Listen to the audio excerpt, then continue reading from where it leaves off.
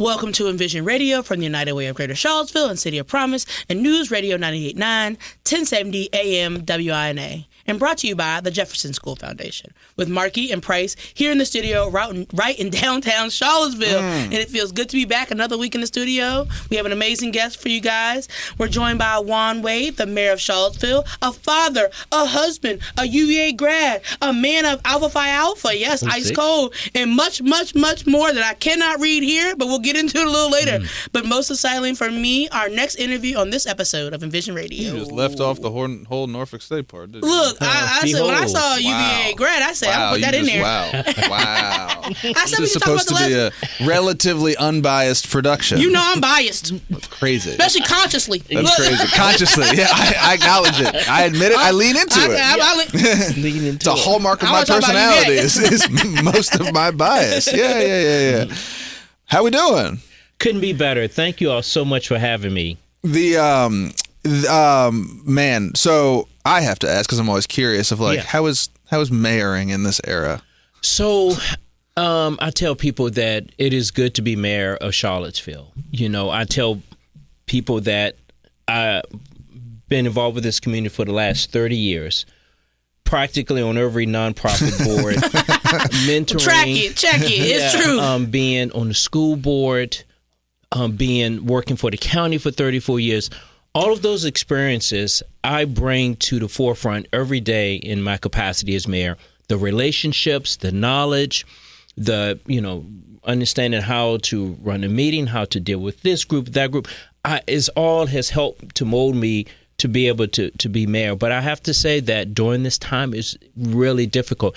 In the best of times, just to govern a progressive city is difficult. But now with, the uncertainty with the federal government and funding, the kind of needling of the city and UVA at the federal level, because whether we love it or hate it, when UVA sneezes, we catch a cold as a community. I know that's right. So it's difficult now, but I'm happy that we have a community that's working together. We have a board that respects one another, that communicates, a great staff that Sam has put together. So we're ready to weather any storm that may come. And I'm prepared to be the leader as the mayor of the great city of Charlottesville. Being a mayor, I feel like sometimes you take your hat, we get off at 5, I go home. I don't even know what my title is. People ask me, girl, I got a job. I don't know, 5 o'clock, I clock out. I clock in. So it feel like one of them jobs, you got to go to sleep with your mayor hat on. You wake up and you the mayor. Yeah. So It is quite consuming because this city is so based on relationships. And because I knew so many people before the last 2 years, I tell people that I knew a lot of people and a lot of people had my number. And when I became mayor, you know what? Yeah. They ain't losing. Yeah. No, that's right. They kept the number. Right. Yeah, which is fine. But yes, it is busy. You don't really, clock out as mayor. I had already this morning, it's 9 o'clock? Yeah. I already had 2 meetings. Oh. Yeah, and so you meet starting at 7:30 in the morning with individuals, walking meetings or coffee, and wherever it is, good, bad, or indifference, people recognize you and they have something to say, and I want to hear it. I know that, I knew what I signed up for. Most people don't, so that's good. Oh, yeah. I knew that, and the missus as well. Because I asked her permission to run. That's right. Listen, and to take on this role because it impacts the family as well. Can you tell us a little bit? How we usually start is that people tell us we take them way back. Way back. Yeah. This is his second go round though. Yeah, I know. So he was on the show when no one had heard the show. Yeah, he was. He was one of the top 10. Yeah. He was. Yeah. He might have been one of the first ones. The show was called something even different back then. It was called Uncommon Voices. Uncommon Voices. Yeah. That's it. It was part of my guilt trip offensive to just call people I knew and be like, "Can you help me, please?" Right. So I ain't gonna give you no questions. Just come on the show. I don't know anything. Were you mayor when you were on here last? No, this was in 2020. 2020, wow. Yeah, I think that 2020, I was still on the school board, but I was chair of the United Way board. Right. That's exactly I remember that. Kind of leaning into, a new level of leadership in the community. So it was good. But just a little bit about myself, how I got here, how I got this kind of service mentality is that I grew up in Richmond. Not too far, RVA. Yeah, yes, a big family, 3 boys and 3 girls. I like to tell people we like to explain ourselves as the Black Brady Bunch. Yeah. And I'm Bobby, okay? I'm Bobby. So very religious family. My father was a minister of music and a minister, and he was a school teacher, and we were involved with the church. And went to Richmond Public Schools. I went to George Wythe and Mosby and all of the schools there. Just had great experiences there in Richmond. And went to Norfolk State for undergraduate, and then UVA for grad school in '88. I always had an interest on how cities were formed, visiting families up and down the East Coast. Why did it seem like 95 would seem to always go through communities of color and low wealth? And so that's why I decided to study planning. But in high school and college, I always volunteered. In high school, I recall volunteering in the hospital, the like female, the Red Stripes? The female were called Red Stripes, Red Stripers. And look, she got me thinking about Jamaican beer. Hooray beer! No, but the men need a sponsor. Maybe they'll have on that. The men were called Gray Coats, but I recall doing that and volunteering in high school and things. So I always wanted to give back, and did the same thing in Norfolk State, in the Norfolk and Portsmouth community. And when I came here, got involved with the community in my fraternity, Alpha Phi Alpha, when I got here. And just, I never aspired to become on the school board or city council, but volunteering in this community, particularly mentoring, when Charlottesville had its first elected school board in 2005, individuals in the community approached me and said, you know what, this first school board, you've been working with some young men, you should run. And I did, and I was on the school board for 16 years, 4 terms, first time really running. That's a long time. Campaign, and got involved with at the local level being school board chair, at the statewide level being president of the whole Virginia School Board Association, representing 133 districts from Fairfax to Franklin, from Winchester to Wise, going to those districts, hearing their concerns, and then representing that at the state and federal level. And I can tell you some of the things that have changed is that then, no matter whether it was a red district or a blue district, the politics really was not involved. In the school system. Yes, at that level. It's like, what's best for the kids? And that has really changed now, yes. and it's really sad because our kids, they need us. And I can tell you that even at this level, just kind of talking quickly politically, is that what people want now is good governance. Governance. And, rarely do they say, as a Democrat, I think you should do A, B, and C. They're like, you know what? I need the leaves picked up. I need this trash thing issue. So it became very, it's not as political, but it's when they say politics is local, it is. Yeah. Why Norfolk State? Well, I mean, when I did you want to go to HBCU? I did. I mean, I put all my cards in Morehouse. Okay. I want to go to Morehouse. You give Morehouse. Yeah. So I did not get into Morehouse, and Norfolk State was my backup. I had no, very few people from our school district could aspire to go to University of Virginia. Mm-hmm. And when I finished Norfolk State, when they offered me a scholarship UVA, I took it. I know that in this field that would help me. And so, but man, the relationships that I had at Norfolk State are strong. My brothers, my roommates, a week doesn't go by now, 30 some years later, that we don't communicate. They prepared me so well for the University of Virginia. The Lord had a plan way back when, and I'm glad that I went to Norfolk State. I love Behold the Green and Gold. You know my mom went over there, right? No, I didn't. No, I didn't know she was there. Yes, And Lord. you What is didn't mention it. So. No, what's See, the? you didn't say no, what's nothing about it. No, what is their mascot? It's like a soldier, with the hat on. Not like a cavalier, but a soldier. Yeah, it's like a Spartan, I believe. Oh, Yes, okay. yes. Since Jay yelled at me before he left, we do have to say, if you are just jumping in, this is Envision Radio from the United Way of Greater Charlottesville and City of Promise, News Radio 98.9, 1070 AM WINA. Price and Markey here with the one and only Mayor of Charlottesville, Mr. Is it like Sir? Is it Sir Juan Wade? Is it he? Sir, Is it like Mr. what is the prefix for the mayor? Prefix for the mayor? It's most of the time is hey you. Hey, Yeah. shovel my sidewalk. Yeah. No, it's I am really a good old country boy at heart, and Juandiego is fine. But I understand that in these capacities, they call me the honorable mayor. They use honorable? I Okay. like that. Okay, Mr. Honorable. I love They just it. don't know him well enough. We got honorable. Yeah, Come on. I actually been cutting you short. Yeah, just say from South Side, and you call me honorable. Interestingly though, politics is so interesting to me, and just now we're in a landscape where you mentioned it, that like things that are not political become political fodder, and this and the third.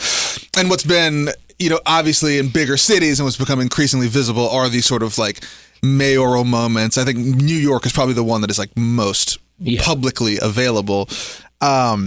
Like, what is it like? I mean, what is that like as someone who self-described, and also if anyone who knows you is just relatively low key, and you're just going. I mean, but what is it like to then have to be in public all the time, have to make very public decisions, have like to mediate, like the whole. I mean, it feels. I will say, it feels incongruous with your personality. Yeah. Right. Because and we've known each other for 15 years. We've known each other.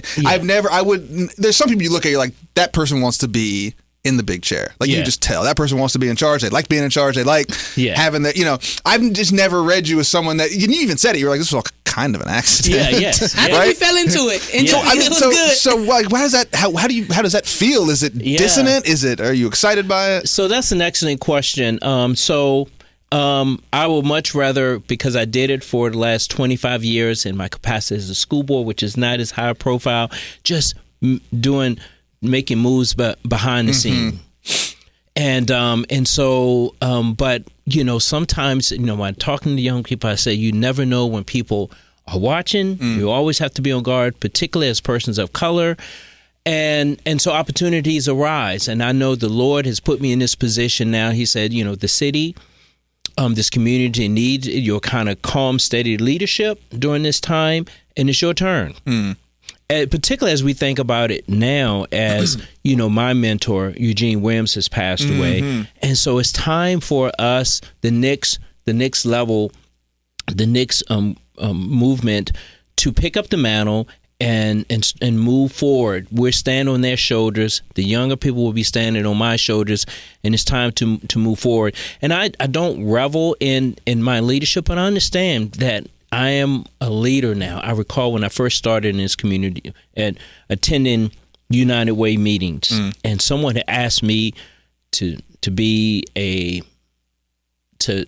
one of the persons to go and seek donations for the United Way. And so I'd never really done that before. And then I was asked to join the board. This was fairly new when I was in the community, I think 92, 93. And I recall sitting back in those meetings as a board member, seeing the leaders now, and probably all of those have transcended, and seeing how they made motions, how they interacted, and I just taking all of that in, and that being majority white individuals, but also was heavily involved with organizations like the NAACP when I got here, seeing how they interacted. So me growing up and developing in this community, I was able to interact with all of the different communities, understanding the movers and shakers in both communities, how to interact with individuals. And so me being in this position, I just as soon talk to a group of 600-700 people, or, this morning having a meeting with one to see how we can best move the city forward. Whatever setting I'm in, I'm comfortable because I don't pretend to be A, B, and C. I change my communication style sometimes with individuals who I'm talking to because I still mentor. I still work with young people, but I also can work with maybe someone who may be a billionaire, yeah. And so the message may be the same, but maybe how I communicate with them might be different. But I am who, when I was running before, I said I'm Popeye. He's, saying I am who I am. You don't get that. No, I don't. You don't get that. I know you don't get that. Yeah. I don't know what y'all talking about. All I could do was repeat what you, when you don't know what's going on. Yep. Yeah. All you can do is repeat, I am what I am. I think that's in the Bible.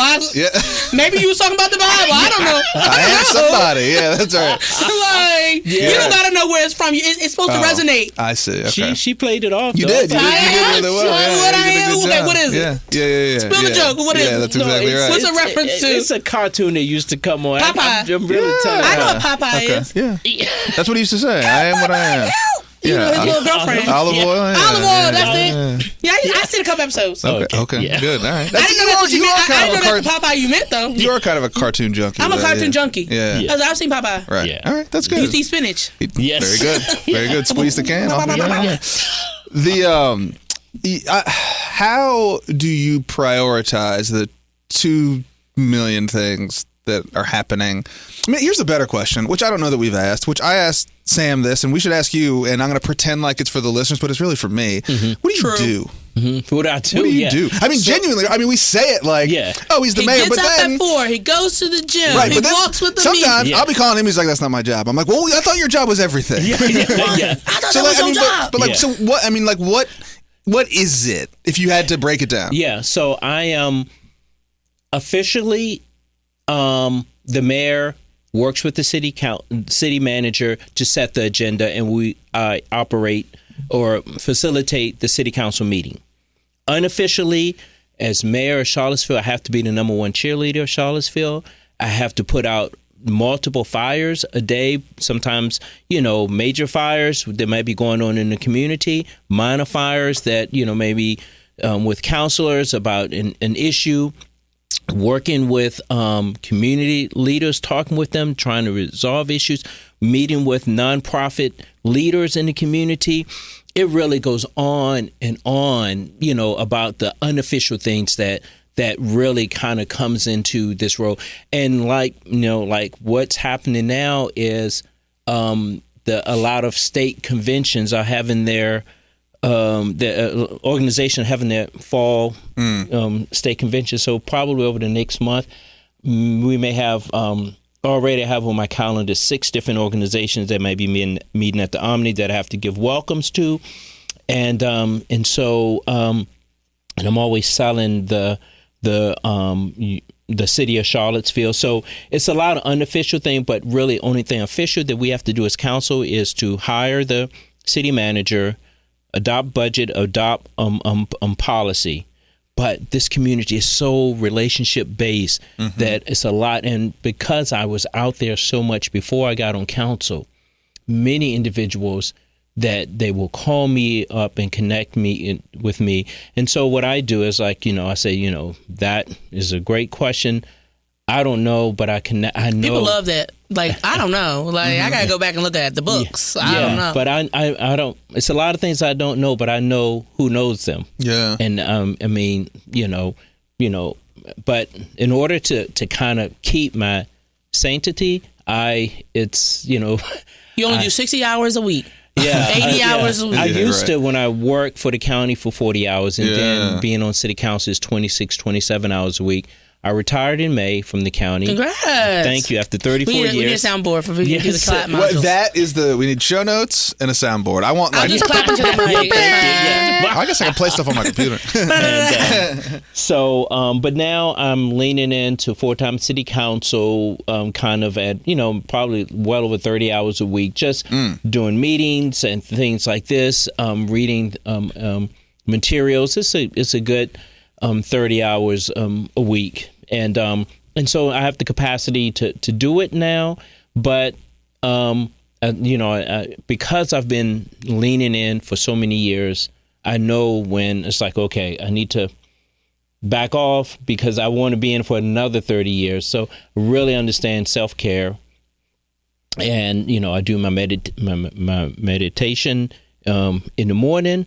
I go to the gym. I used to go in the morning, but now I go and usually at 9 at night. Wow. Yeah. So do tai chi at I love it. the center. Love doing that, learning that, just starting getting into that. And yoga and just a lot of things to just like, you know what? Yeah, a lot of hobbies. Yeah. I heard you crochet too. I saw him. I saw a post about crocheting with you. I was never seen him do that? No, I've never seen him crochet. I saw the post about him crocheting. Yeah. I was like, I want to get into crochet. Yeah, I've been crocheting for over 30 years now. You like make clothes, blankets? Yeah, make blankets. I have our church has what we call a shawl ministry. Yeah. And we get together. That is good. That's clever. Two of us, 2 times a month, a group of us. It's all ladies, elderly ladies at my church, Olivet Presbyterian. We get together and crochet. I get great advice from them. I love the group. They always laugh at my jokes. I'm you ain't top dog over there. Yes, it's great. It's great. But that's something else that I do that really soothes me. And I have to be cognizant now not to do it at some meetings because people may not think I'm paying attention, but it actually helps me focus. I actually pay more attention, but I understand people. When your hands are like doing something, yeah, you I can understand listen. that. Yeah, but I've been doing it for many years and I love it. I've seen him sitting in meetings. Got knives. I'm like, I'm gonna sit 2 seats over just in case this meeting doesn't go the way he wanted to. I would love to see somebody crochet in a meeting. I'm like, you know what? That's very unserious, so it has to be serious. You gotta be good at it too. You can't just be fiddling around over here. Like, yeah. Anybody got an extra? Like, when you see people drawing and you're like, all right, and then they like you're like, oh, you're like drawing. That's how you're like drawing. Me, it's just like I'm just like, I thought you were doing a little doodle. Working on my squiggly lines. Yeah. Again, if you are just joining us, this is Envision Radio from the United Way of Greater Charlottesville and City of Promise News Radio 98.9, 1070 AM WINA. Price and Markey here with Mayor Juan Wade. And again, big thanks to our sponsor, to our friend, the Jefferson School Foundation, jeffersonschoolfoundation.org. Thanks. How did you get into mentorship? Like, when did it start? When did you know that you could be a mentor? When did you transition from having a mentor to saying, oh, someone gave me this, I can give that to someone else? So I think that when I was growing up, I probably had a lot of unofficial mentors. Same. But I think that I leaned into it when I joined my fraternity, and we have a designated program, and I was like, this is how you can make have an impact.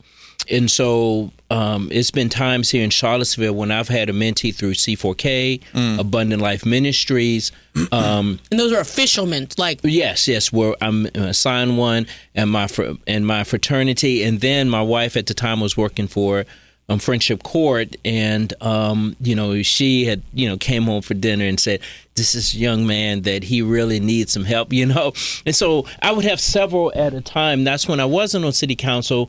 I was on school board, and I just understand the impact. And so over the years, we've had, and so first of all, that is probably the most powerful thing that you can do as an individual, is to help that young person, give that person. I believe in the position that young people need 5 or 6 what I call anchors in their life, in addition to their parents, until they're 25 or 26 years old. That's when our brain is pretty much fully cooked. Cerebral cortex, done. Yeah, and so you have, for the most part, stopped making some of those bad decisions, that was supposed to stop. That was supposed to stop happening. I missed it. That was 10 years ago. I'm still. And so to have someone else in their life that they can come to, and I've done this countless time with individuals that as they go through college or life, and that they needed someone to turn to, but to be able to be that mentor is really powerful. And sometimes during these meetings that the public have, because maybe after a shooting or some issues, and community comes together and they're like, we need to do something. It's like, if you want to do something, you can mentor. Here's some organizations, and 9 times out of 10, most of the individuals don't do that because they believe that, for one thing, mentoring does take a commitment, or they may not know, they may not think they know what to do. But for that young person to understand that, someone else cares about me, they're pouring into me, it means the world to them.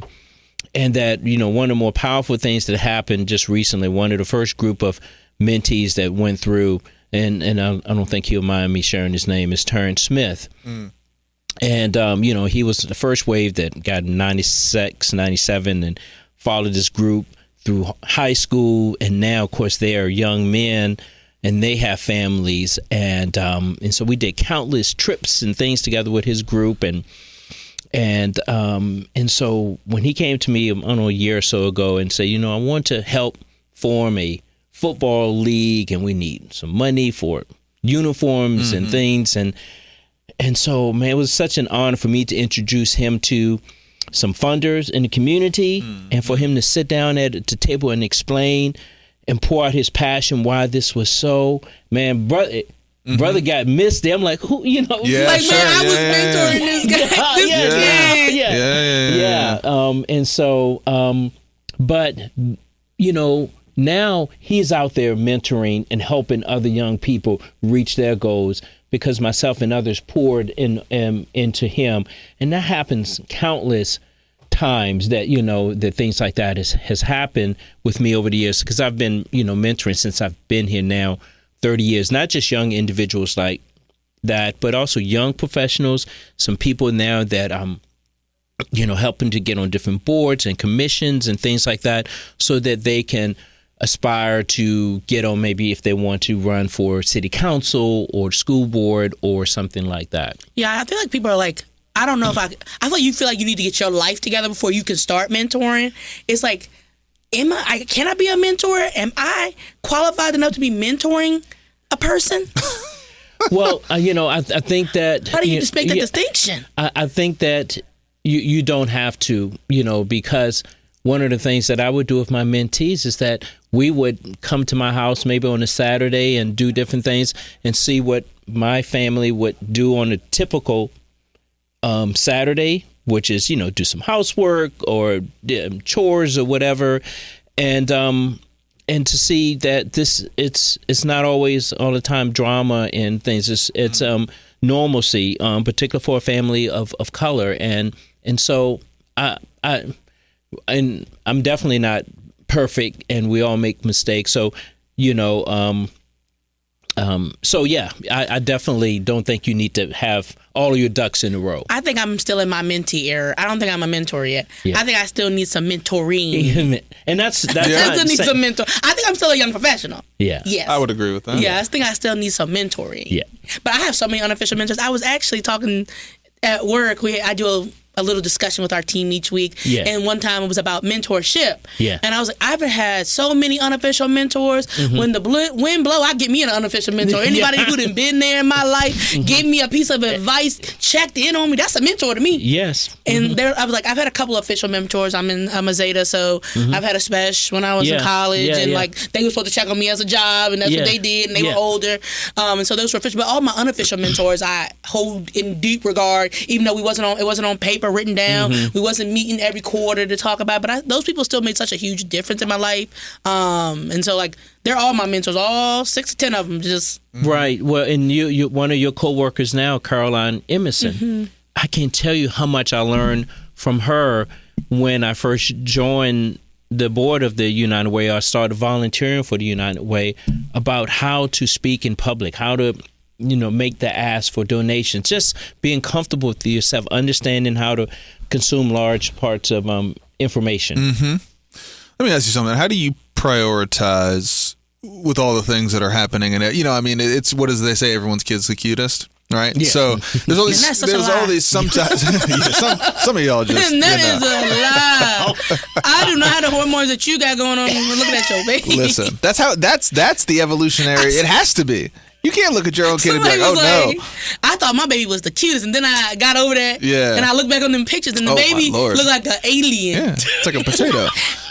Supposedly your mind is like painting a picture of this baby where you can keep it safe. Of course. But you look back at them pictures, I don't know. Yes, are you kidding me? That's crazy. But I mean, how do you do that professionally with, you've got, and even in Charlottesville, we know, right? We're talking about homelessness, we're talking about education, we're talking about, a wealth disparity, but UVA has to be involved, but they might also be the problem. And then there's the other stuff. It's like my leaves and the ice and the sidewalk, right? I mean, there's like a litany of things that sort of cascade from big to small and long term and short term. Yeah. How do you prioritize, or how do you even take all that in a way that just doesn't drive you crazy?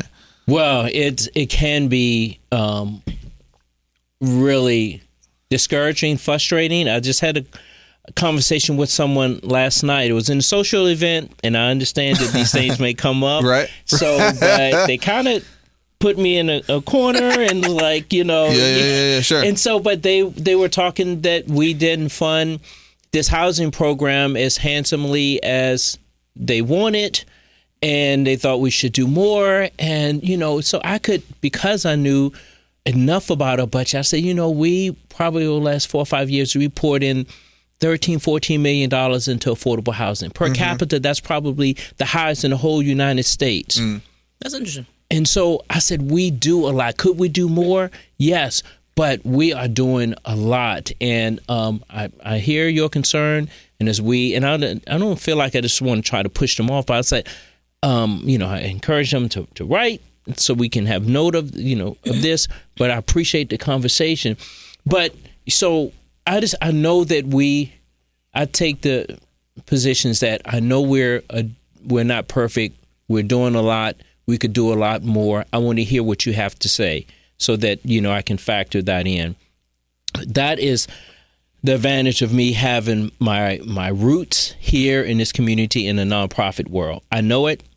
I know how budgets are put together. I know how funding is done. I knew that at a very intimate level because that was me for about 15, 20 years before I got into the school board and that city council. And I'm still on a few boards now. So I feel like, as a matter of fact, today, when I leave here, I'm going right up the street to deliver meals on wheels. I'm going to do that. So things like that helps me keep a pulse on what's going on in the community. Right. And I may, some of them may recognize me when I drop off the food, but I have conversations with them as I drop them off. Can I kind of You're super accessible. Yeah. That's why I can't be the mayor. You around? I see you around. Yeah, but I don't want to be. I don't want to be accessible. Okay. I'm like, please don't come ask me about the sidewalk, baby. I'm gonna tell you, I don't know what the sidewalk about. They be like, I saw it in your budget. I know what you're talking about. Mm-hmm. Yeah. I'm just out here to have a good time. I'm at this event. Please don't be bringing work to my family time. That's what I would be like. So, but yeah, it's fun that you're going to Meals on Wheels today. Yeah. So I volunteer there when I have some free time. I let them know if they have some ruts. I'm not a regular one, but I'm a backup. And so if I have some time, that is one of those things. If you can give someone a meal to nourish them who may not have something, that organization they just do amazing work. And I've been there when they package the meal, and I've been on the other end to deliver the meals, and just an amazing organization. You mentioned board service. What do you say to people who want to join? Like, I want our boards to look different. I want our boards to look like they represent the communities come from.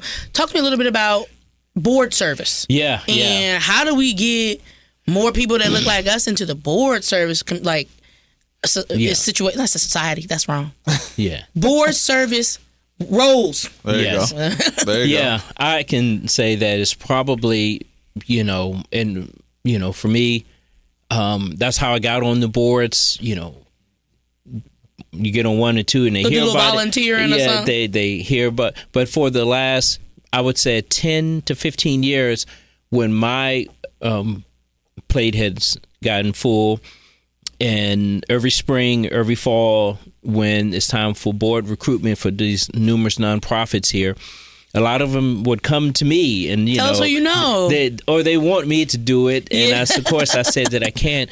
But over the last 10 to 15 years, what I've been doing, because I have a lot of access to people in the community, particularly young persons of color through my fraternity, through different organizations, I have been populating nonprofit boards and things with recommendations of individuals who are new to this community, who may be retired or whatever, of persons of color.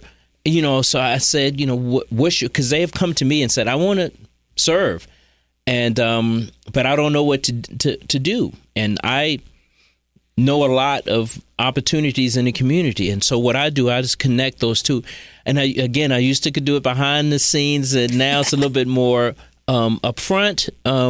But I love making those connections. I just love doing that. And so many of the individuals now, they're on boards, they're having impacts, they're understanding how how relationships and things are formed on these nonprofit boards. Because wonderful Once you get you a board service, I think you can get you a couple of board services. Yes. It's really getting your foot in the door. Yes. And they're like, that person's on the board now. I didn't even know them. Now they're on this board. Yes. Bryce, are you on any boards? Or you can't? Your job say no boards? No, I am. I'm on a couple. How many boards you on? 2. That's not okay. I thought you was gonna say 5. Yeah. 2. How many boards are you on? I would say now, in connection with the city council, I would say maybe 12 or 13. Nope. Wow. What? 13? Yeah. Oh, So Lord. I thought you was gonna say 5. No. I thought he was gonna say 10. No. I was hoping you didn't say more than 10. Because that's a lot of places to be. That is Yeah. a lot of I mean, places. I'm That's a on lot of one meetings. board. Yeah? And my board stuff gonna start popping now that I'm on one. Yeah. Yeah. After this, I'm about to get 3 calls, I'm sure. After Listen, this air. Yep. Yes. He's like, oh, you looking for board stuff? I was like, I did not say that.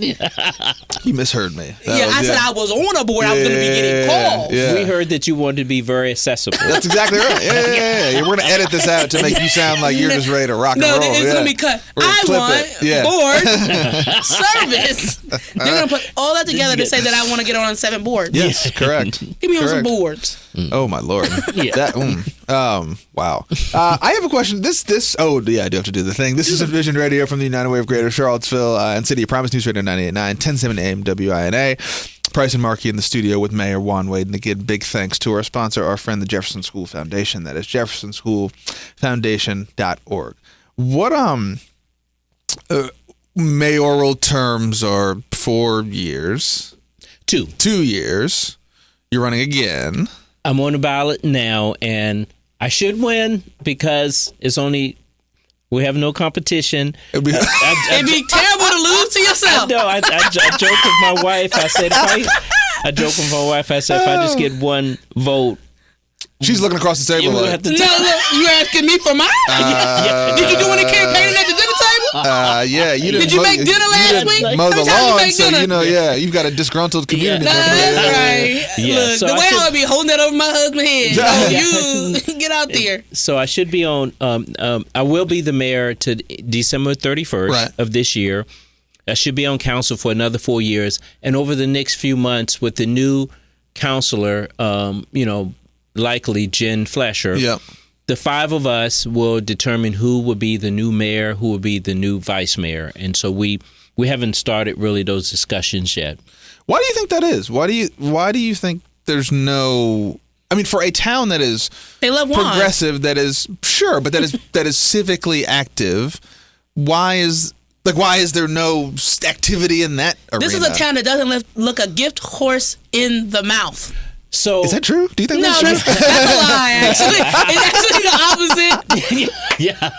But I thought I'd say it and Say it. see how many people believe it. So I think that, it's not like a New York City or Chicago. It's a strong mayor form of government. It's really the mayor is a lot, those things I mentioned, giving those welcomes, giving the running the meetings, which could be pretty difficult at times. It's a lot of extra time, and it's a role that maybe doesn't fit everyone's skill set, and so you just have to be ready to lean into it if you want to take on this role, to do it the way I believe it needs to be done, and so we'll have those the discussions.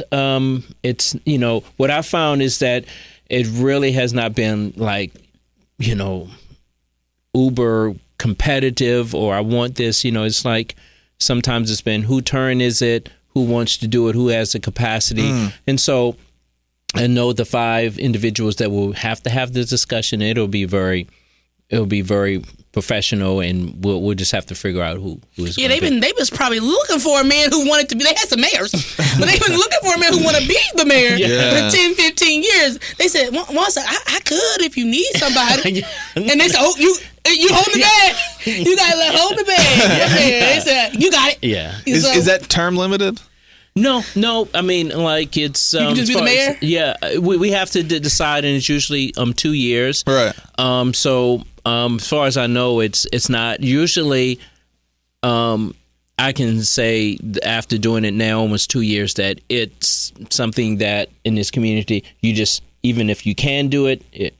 Right. If you want to do it, it's a lot. Yeah, It's a lot. right. He'll probably be the mayor till I become the mayor. Yeah. Is that what's happening? Is that what's going on? He gonna be the mayor until I get qualified to be the mayor. You have He gonna be the mayor that long. You have said a lot of things in the last 10 minutes. I'm putting out my campaign. So I don't want to join no board, but I would like to be the mayor. So it is a compensation for council. It's $18,000, and the mayor gets a couple of $1,000s more. The salary will go up July 1st, 2026 to about $34,000-$35,000. And the reason for that, I mean, that decision was made, I think 2 or 3 years ago, because they want to kind of get it out of like who's running and things. And I would likely benefit from it because I won the election, but in a lot of times you would, you make that decision not with you personally going to benefit. But the reason that we decided to raise it is that we want people to be able to do this and not like necessarily have income being, one of those limiting factors. Even with that, we know that with the hours and the commitment you have to do, it still won't avail itself to everyone, but maybe a few more people will say, you know what, I'm going to lean in. I might run, and but we'll see. We'll see. I find that to be interesting, right? Like, it makes it so that it can't be your job, but it feels like it. I thought it was volunteer, so I'm happy to hear it. Yeah, you thought it was volunteer. I thought he was doing it. Look at this man's face. Y'all can't see it, but this type of man that would do it for free. Yeah. He would keep this community afloat. He would power the lights. Yeah. He would be on a bike. Power the lights. I thought he was volunteering. What? How do you feel about that? Do you think that there is the benefit of sort of the purity of service? How does that mediate itself against the fact that, like, at that level, it can't be a job? So it does cater to a particular type of person, or maybe a particular sort of station of person who either has another full-time job or has the resources to. I don't know if that's good, bad, or otherwise, but I'm interested in your thoughts on that. Yeah, I think that it needs to be at least equivalent to maybe a part-time job, because that's the hours you put into it. Because if you're a person that maybe have to get a babysitter, maybe have to pay to have dinner delivered or something, or really just to have a few extra dollars to get away for a vacation away, because it's really demanding and stressful. I'm thinking about like what's a because I'm feeling it's about time for brother man to to get away for a little retreat as before we get into this intense budget season, because it's really demanding. You have to be on full focus. If you make a mistake, some parts of the community can be very unforgiving, and so you always have to be on point. You always have to be on point. This is a very engaged community. I love it. I love learning about the local government because I didn't know how none of it worked. I didn't know. I'm quite intricate. Right. I didn't know. I was like, this is a man who's putting in 40 hours for free. Yeah. I swear, I've been lying. I've been telling you. You will. You will just sit in this chair and just lie loud. That's why I can't be loudly. We will just. Once I clean that up and I'm become the mayor, I'm not gonna do it no more. Yeah. Scouts honor. There you go. or whoever the scouts are. All right, good. Good. We're over. Man, these come by quick. If you are just jumping in, this is the Envision Radio from the United Way of Greater Charlottesville and City of Promise, News Radio 98.9, 1070 AM WINA. Price taking good care of his ad breaks here with Marky and Mayor Juan Wade. And big thanks to our sponsor, JeffersonSchoolFoundation.org. I'm a big fan of the Jefferson School. Yes. So are we. Kim, so are we. Great job. We love them. Kim's great. I mean, they've been great. Obviously, Andrew's a legend and fabulous in there. They've been awesome. They're doing a lot of great work. Yeah. How do you parse? What do you say no to? Right? Do you say no to more now than you used to? The joke was always, and I still, Ben Allen and I kind of joke about this, is that like every time we walk into a room, we can always guarantee there's like one or two people in there. And it's always like, oh yeah, he's always in there. And even before he was mayor, it was like we'd always just be like, oh, like you're in this thing too? I didn't even know you were a part of this thing, right? Do you say no to something? I mean, you're in an interesting season of life, right? Gabby's grown, so you have less dad responsibilities. Was there a time when seasons of life change. Was there a time when you were like, I can't do that because I got to do this, but now, Yeah, that's a great question. And I've always been able to say no. That's a lesson to learn. Because that's how I have been in this game for over 30 years, because I know when I can commit to something, I want to be able to commit to it and not just give my name. So I'm okay with saying no. I slept real good last night. And so I'm okay with saying, I understand. I see your organization or this has great meaning, but I can't lean in right now. And so I'm fine with that, because I've learned in this community also over the last 30 years that it will chew you up and spit you out in the next person. And I've tried to school many young people that will, get on that first board, and they keep asking, and they say yes. It's like say no, because your first obligation should be to your family. And that's what, that was one of my limiting factors, when I was growing up, is to, and of course many times Gabby went with me to those. I remember making United Way presentations in front of hundreds of people with Gabby on my arm like a little football, making presentations. I'm fine with saying no. I mean, even though it's a good opportunity or a good organization, I have to think about myself, and I want to be here 10 years from now, 20 years from now. So sometimes, I just have to say no, and I'm cool with that. Yeah. I think when you're young, you feel like you have to say yes all the time. Well, you're trying to build a resume. You're trying to do a different thing. Yeah. Yeah. I'm just like, yes. Yeah. There's a lot of interesting sort of work around that, but even in sort of the economics of things, it's like, scarcity is useful, right? And so I don't know that we think about ourselves as sort of entities that can manufacture scarcity in that way. I like that though. And so it's kind of like, there's a little bit of that where, if you're at some point too easy to get to and access, you lose, some. And it comes back to how accessible I am. Is that what you were doing? That's why you're trying to be inaccessible? I'm trying to be scarcity, whatever the quote you just said. Create scarcity, manufacture scarcity, and create demand. There you go. Manufacturing scarcity. Good. That's smart. Well done. Yes. Well done. Yeah. So what? I mean, in the big news out of Charlottesville was obviously the shelter and that big project. I mean, that's really exciting.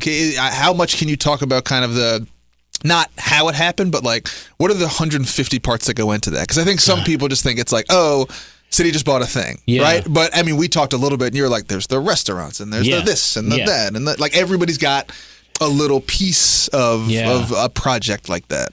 So when the city, there's 10 square miles.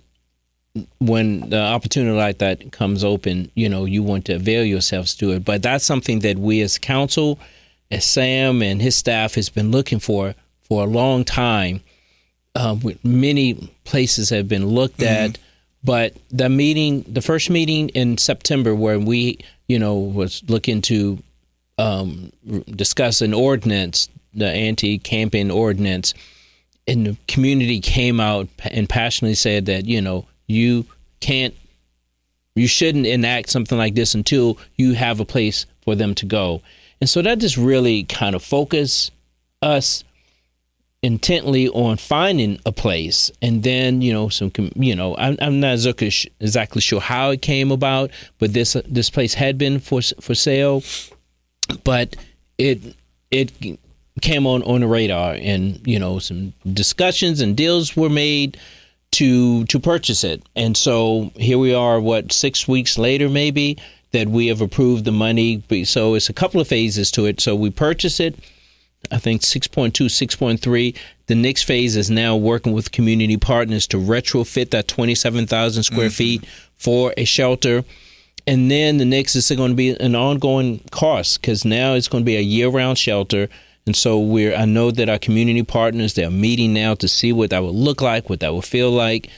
But during that time, this totally engaged community, where you have understandably those business owners there that I've been talking with, emailing with, and of course they came out to the meeting. I understand their concerns because I'm on the tourist board. So before, the last thing that I'd say to these conventions, they come here, is that please stay warm, have one more meal, and stay one more night, because that's how we get tax revenue. And so I understand it's a big part of the machine that allows us to give that $13 to $14 million a year for affordable housing.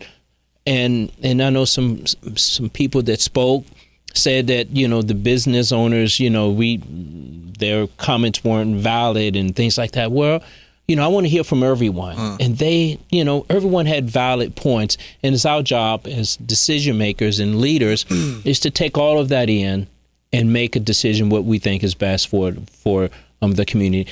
And I have worked with the homeless community for the last 30 years, housing them, helping to provide food for them, and to help them with employment. I mean, I know them on an intimate level, with helping them with their resume, helping them connect them with jobs. I feed them at the Salvation Army for many years. I'm preparing meals for them. And for our church, we have been a recipient of Pacham for years. And so I know this community. I work in this community. And so I want to be compassionate about it. But we also have the business community that they have very legitimate concerns. I think we can address both needs, and I think this new shelter will do that. That's an exciting project. Yeah. And so I'm sure you get to do a lot of exciting projects like that.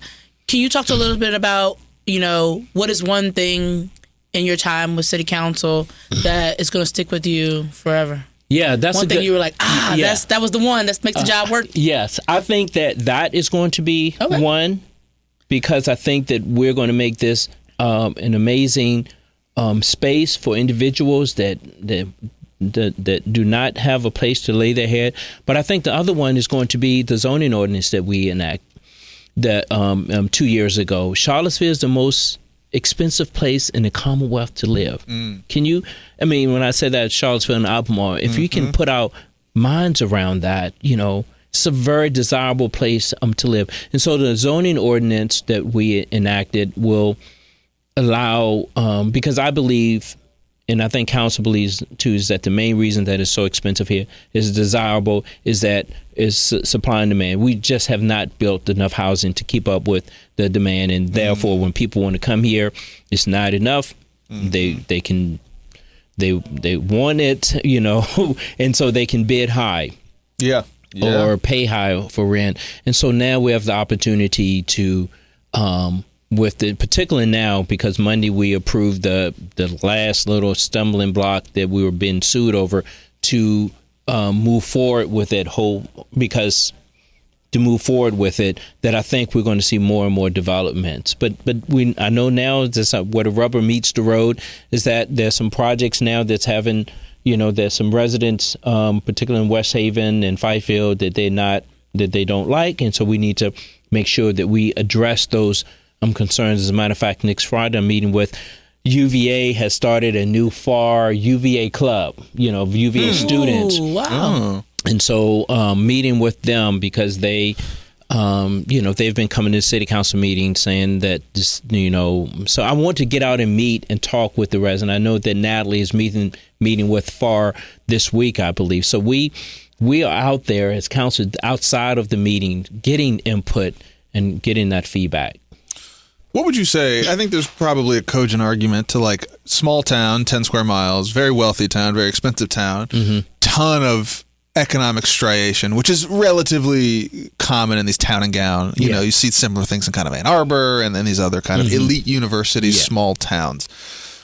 Is it solvable? Is it intractable? I mean, like, where do we sit on that? Because, you know, we sort of, I came into this world of the United Way, of which you were a part of. Yeah.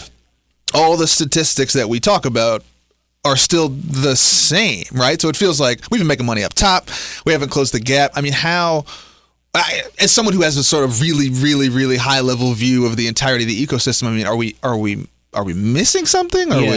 Yeah. So I think it's definitely solvable. I think it's you know, in my capacity, working in the job readiness field and helping individuals get jobs and seeing the salary increase.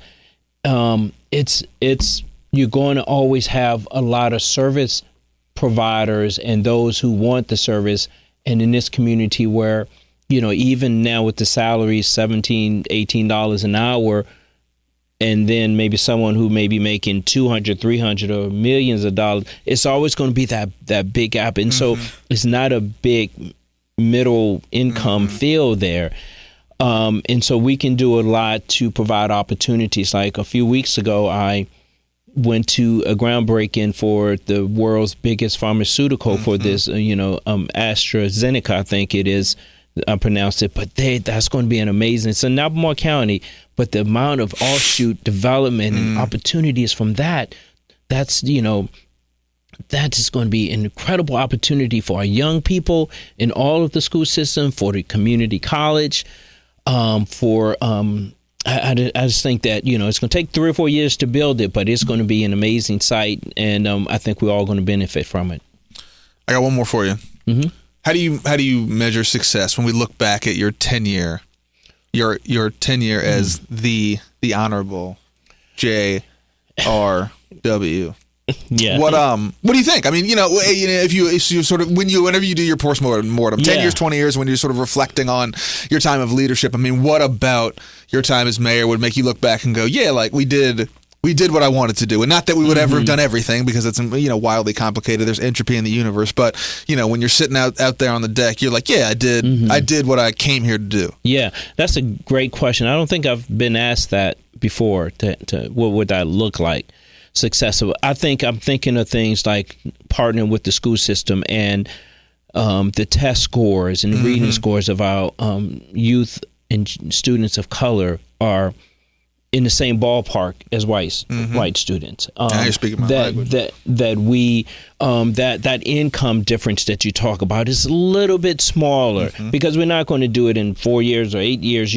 Sure. It's going to take some time, and that we have a lot of trade opportunities, for individuals who may not want to go to college, but they still can, find a place to get a good job that pays them not a living wage, but a thriving wage, where they can take their family on vacations if they, summertime if they desire to, but they can have full opportunities of what all this community has to offer as well. So that's it's a lot. I'm gonna have to think about that a little bit more, because I may be asked that a little bit more price. So but that's how do you measure? Because that was one of the things we looked at when I was on United Way funding committees. Like, what's the outcome?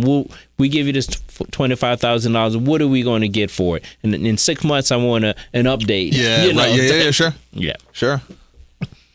That was the last question from us. Oh, yes. Mr. Mayor, tell everybody they want to find you. Don't give them your number. One time somebody gave their number on live. We said we cutting that out. Oh, yeah.